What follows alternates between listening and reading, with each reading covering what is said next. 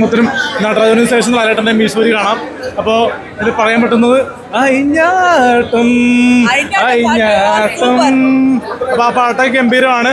പാട്ട് പോലെ മാത്രമല്ല, പടം നല്ല ഗംഭീരമാണ്. നെഗറ്റീവ് പറയുന്നവർ നോക്കി പടത്തിന് കയറാണ്ടിരിക്കരുത്.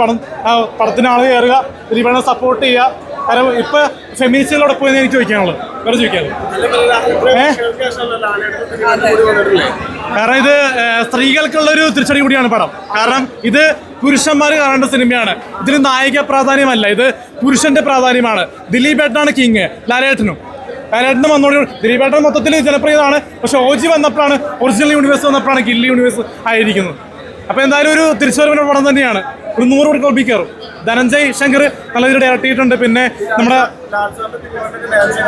ഡാൻസ് ഗംഭീരം. കാരണം ഇതിൻ്റെ കഥ എഴുതിക്കുന്നത് ഫാഹിമും നൂറിനും അല്ലേ. അപ്പോൾ നൂറിനും രണ്ടുപേരും കൂട്ടുകാരാണ്. അപ്പോൾ എന്തായാലും നല്ല രീതിയിൽ റൈറ്റ് ചെയ്തിട്ടുണ്ട്. പുള്ളിക്കാരൻ അഭിനയിച്ചിട്ടുണ്ട്. ഫാഹിമിൻ്റെ അഭിനയം ഗംഭീരമാണ്. പിന്നെ ഇതിൽ ഇന്റർവ്യൂ സ്റ്റാർ ഡാൻസ്